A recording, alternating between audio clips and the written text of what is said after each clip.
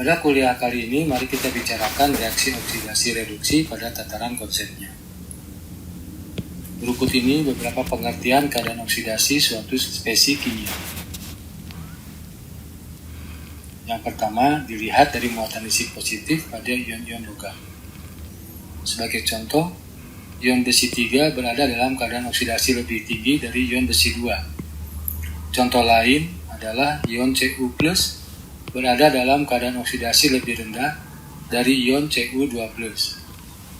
Ini berarti ion logam dengan muatan positif lebih tinggi berada dalam keadaan teroksidasi lebih tinggi pula. Yang kedua adalah dilihat dari banyaknya gugus oksigen yang terikat. Pada contoh yang diberikan, ion MnO4- atau ion permanganat berada dalam keadaan oksidasi lebih tinggi dari mangan dioksida. Pada spesies yang pertama, mangan mengikat 4 oksigen, sedangkan pada spesies kedua, mangan hanya mengikat 2 oksigen. Jadi, semakin banyak oksigen terikat, semakin besar pula keadaan teroksidasi. Namun dalam hal ini perlu dibedakan apakah oksigen terikat sebagai ikatan rangkap 2 atau sebagai ikatan tunggal. Karena nilai oksidasinya berbeda, yaitu masing-masing positif 2 dan positif 1. Yang ketiga mirip dengan yang kedua, tetapi hanya untuk senyawa organik. Prinsip yang berlaku sama, yaitu semakin banyak oksigen terikat, semakin tinggi tingkat oksidasinya, dan dibedakan antara oksigen ikatan tunggal dengan oksigen ikatan rangkap 2. Untuk senyawa organik, nilai oksidasi ikatan C dengan H dan C dengan C adalah 0.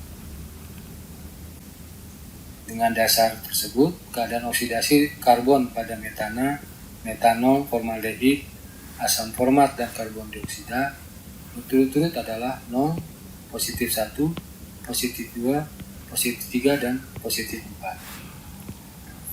Dengan demikian, keadaan oksidasi tertinggi karbon berada sebagai karbon dioksida dan terendah sebagai hidrokarbon metana. Yang keempat, penggantian gugus oksigen oleh gugus nitrogen, sulfur, dan halida tidak mengubah keadaan oksidasinya.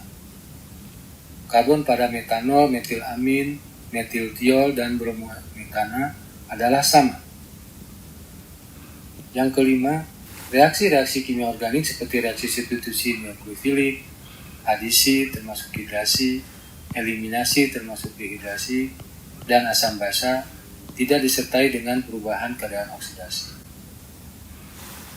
Perlu dicatat, reaksi hidrasi dan dehidrasi merupakan reaksi bukan redoks, tetapi melibatkan perubahan pada kandungan oksigen di dalam senyawa organik. Sebagai contoh, hidrasi meningkatkan jumlah oksigen, tetapi tidak disertai perubahan keadaan oksidasi. Reaksi oksidasi reduksi pada senyawa organik dapat didefinisikan sebagai berikut. Oksidasi merupakan reaksi pengurangan hidrogen atau menambah oksigen.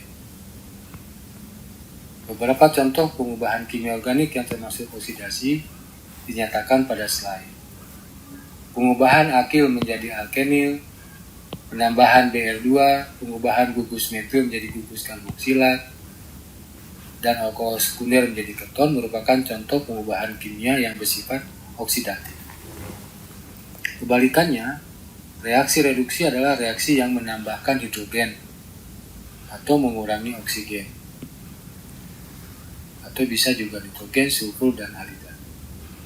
Pengubahan imina menjadi amina, alkena menjadi alkana, ester menjadi alkohol primer, dan epoksida menjadi alkena merupakan reaksi-reaksi reduksi.